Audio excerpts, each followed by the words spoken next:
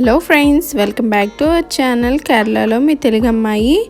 ఈరోజు నేను మీకు చూపించబోయే రెసిపీ వచ్చేసి ఫ్రైడ్ కేక్. ఇది చాలా వెరైటీ రెసిపీ అండ్ చాలా టేస్టీగా కూడా ఉంటుంది. అప్పటికప్పుడు మనకి స్నాక్స్ లాగా ఈ కేక్ని అయితే ట్రై చేయవచ్చు.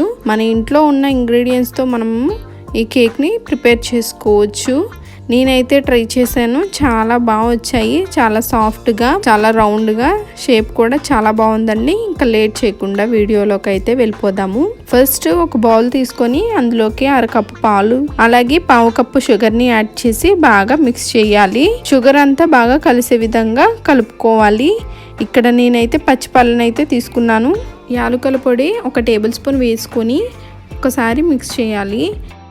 ఇప్పుడు ఒక ఎగ్ని పగలగొట్టుకొని వేసుకోవాలి. మీకు ఎగ్ ఇష్టం లేకపోతే కనుక 1/2 కప్పు పెరుగు కూడా యాడ్ చేసుకోవచ్చు. ఎగ్ వేసిన తర్వాత ఇక్కడ చూపిస్తున్న విధంగా నురగ వచ్చేలా కలుపుకోవాలి.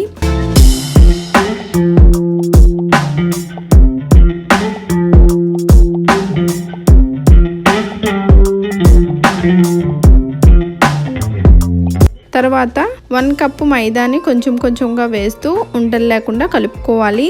మైదా ప్లేస్లో మీరు గోధుమ పిండిని కూడా తీసుకోవచ్చు.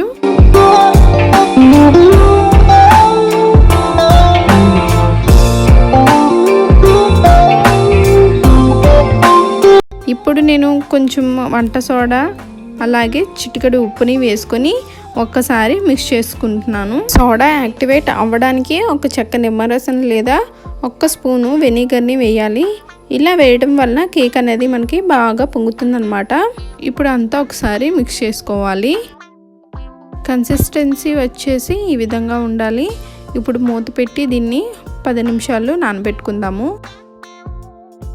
10 నిమిషాల తర్వాత కలుపుకొని పక్కన పెట్టుకుందాము.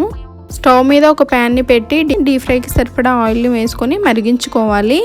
ఆయిల్ అనేది మనకి ఎక్కువగా మరగకూడదు, అలాగని గోరువెచ్చగా కూడా ఉండకూడదు. మీడియంగా మరిగితే సరిపోతుంది. ఇప్పుడు ఇటువంటి లోతు గరిటెను తీసుకొని మరిగిన నూనెని కొంచెం తీసుకొని అందులో ఈ పిండిని వేసి ఆయిల్లో ఉంచాలి.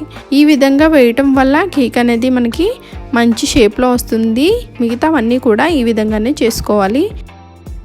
మీకు కనుక నా వీడియోస్ నచ్చినట్టయితే లైక్ చేయండి, షేర్ చేయండి, అలాగే సబ్స్క్రైబ్ అయితే చేయడం మర్చిపోవద్దు. పక్కనే ఉన్న బెల్ ఐకాన్ని కూడా క్లిక్ చేయండి. నేను చేసే ప్రతి వీడియో మీకు నోటిఫికేషన్గా అయితే వస్తుంది.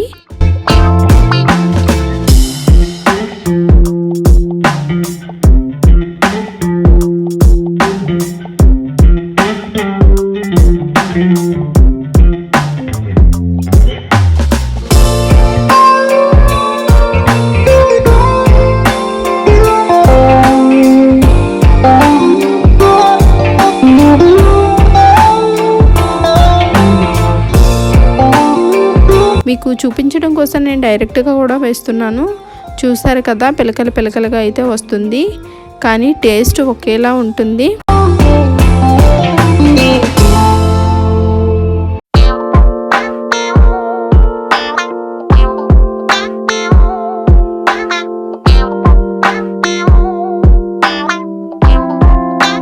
ఫ్రై చేసుకొని ఒక సర్వింగ్ ప్లేట్లోకి తీసుకోవడమే. అంతేనండి, ఎంతో టేస్టీగా ఉండే మన ఫ్రైడ్ కేక్స్ అయితే రెడీ అయిపోయాయి. మీరైతే తప్పకుండా ట్రై చేసి ఏ విధంగా వచ్చాయో కామెంట్ చేసి చెప్పండి.